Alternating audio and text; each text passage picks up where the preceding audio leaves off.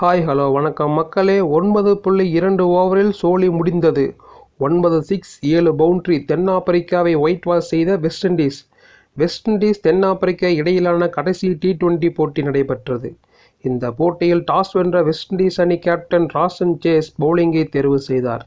ஏற்கனவே T20 தொடரை 2-0 என்று கைப்பற்றியதால் பவல், ஷமார் ஜோசப் உள்ளிட்டோருக்கு ஓய்வு அளிக்கப்பட்டது. மழை காரணமாக இந்த போட்டி 11 ஓவர்கள் கொண்ட ஆட்டமாக நடத்தப்பட்டது. இதன் பின் தென்னாப்பிரிக்க அணி சார்பாக ரிக்லட்டன், ரீசா ஹென்ட்ரிக்ஸ் கூட்டணி களமிறங்கியது. தொடக்கம் முதலே பொறுமை என்று விளையாடிய ரீசா ஹென்ட்ரிக்ஸ் 20 பந்துகளில் ஒரே ஒரு சிக்ஸ் உட்பட 9 ரன்களை மட்டுமே எடுத்து ஆட்டமிழந்தார். ஏற்கனவே ஓவர்கள் குறைக்கப்பட்டிருந்த நிலையில் தென்னாப்பிரிக்கா அதிரடி சம்பவம் செய்யும் என்று எதிர்பார்க்கப்பட்டது. ஆனால் ரீசா ஹென்ட்ரிக்ஸ் தொடக்கத்திலேயே சொதப்ப 5 ஓவர்களில் வெறும் 23 ரன்கள் மட்டுமே எடுத்திருந்தது.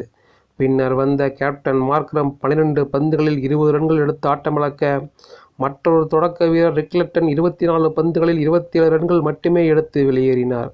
பின்னர் கடைசி நேரத்தில் வந்த ரிஸ்டன் ஸ்டப்ஸ் 15 பந்துகளில் 3 சிக்ஸ் 5 பவுண்டரி உட்பட 40 ரன்கள் எடுத்தார்.